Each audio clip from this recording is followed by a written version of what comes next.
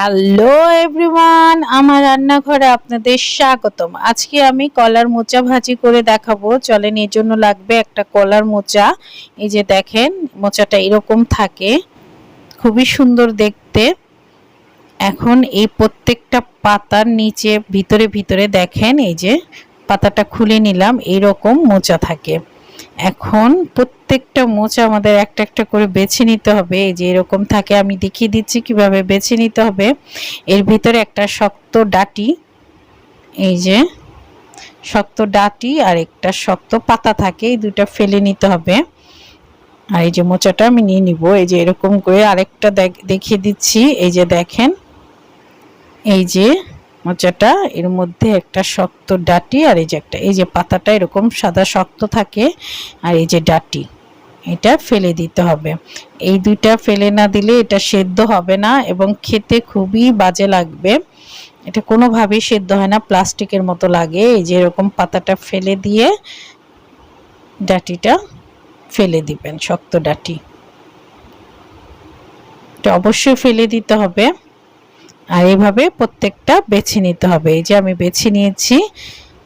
আর দেখেন, এই এতটুক ভিতরে এই অংশটা আর ফেলতে হবে না, এটাকে আমি কুচি করে নিব। এই মোচাগুলো এর সাথে এটাও কুচি করে নিয়ে নিব।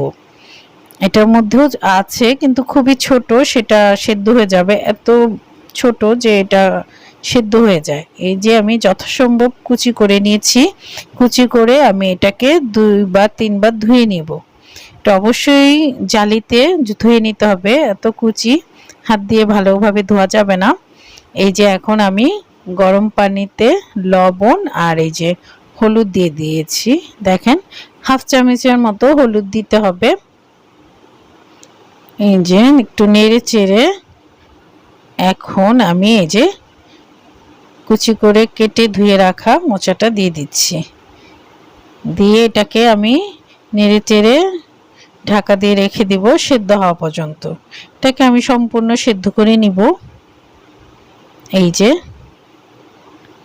এটাকে নাড়াচাড়া দিয়ে এটাকে এখন ঢেকে রেখে দিব। যারা কলার মোচা পছন্দ করেন, আজকের এই রেসিপিটি অবশ্যই তাদের জন্যে। এটা খুবই সহজ, খুবই ঝটপট হয়ে যায়, শুধু বাছতে যাওয়ার সময়। এই যে আমি এখন তুলে যে যথাসম্ভব পানি, এই যে দেখেন পানি চিপে নিয়েছি। প্রথমে জালিতে ফেলে পানিটা ফেলে তারপরে একটু ঠান্ডা হলে আমি চিপে নিয়েছি। এই যে এখন আমার লাগবে 4টা পেঁয়াজ কুচি আর 10-12টা কাঁচামরিচ। এখানে আমি 4-5টা কাঁচামরিচ ফালি করে নিয়েছি আর সব আস্ত আছে। আর লাগবে এই যে কুচি করে সেদ্ধ করা পানি ছড়ানো কলার মোচা। এখন আমি ফ্রাই প্যানে তেল দিয়ে নিয়েছি। তেল গরম হয়ে গেলে আমি পেঁয়াজ কুচিগুলো দিয়ে ভেজে নিব। এই যে আমি পেঁয়াজ কুচি দিয়ে দিচ্ছি, দিয়ে নেড়ে চেড়ে একটু ভাজা হয়ে গেলে আমি কাঁচামরিচ ফালিগুলো দিয়ে আবার একটু ভেজে নিব। যে কাঁচামরিচ ফালি দিয়ে আর একটু ভেজে নিব।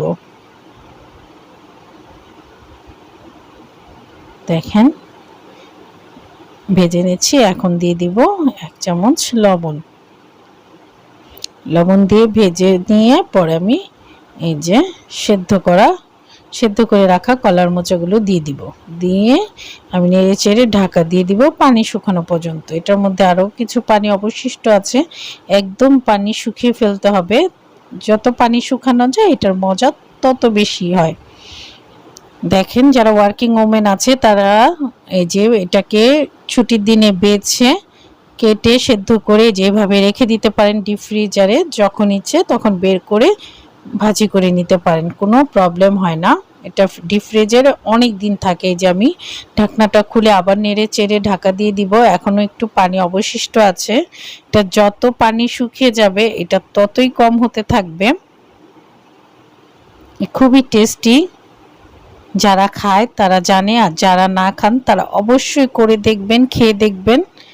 আমার রেসিপিটি ভালো লাগলে লাইক, শেয়ার, কমেন্টস দিবেন। আমার চ্যানেলটি অবশ্যই সাবস্ক্রাইব করবেন। এই যে দেখেন এখন ভাজা ভাজা হয়ে গেছে। এই তো আমি চুলাটা অফ করে দিচ্ছি, এখন বেড়ে দেখাচ্ছি। এই তো রেডি হয়ে গেল আমার কলার মোচা। অবশ্যই অবশ্যই আপনারা তৈরি করবেন এবং খেয়ে দেখবেন। ধন্যবাদ।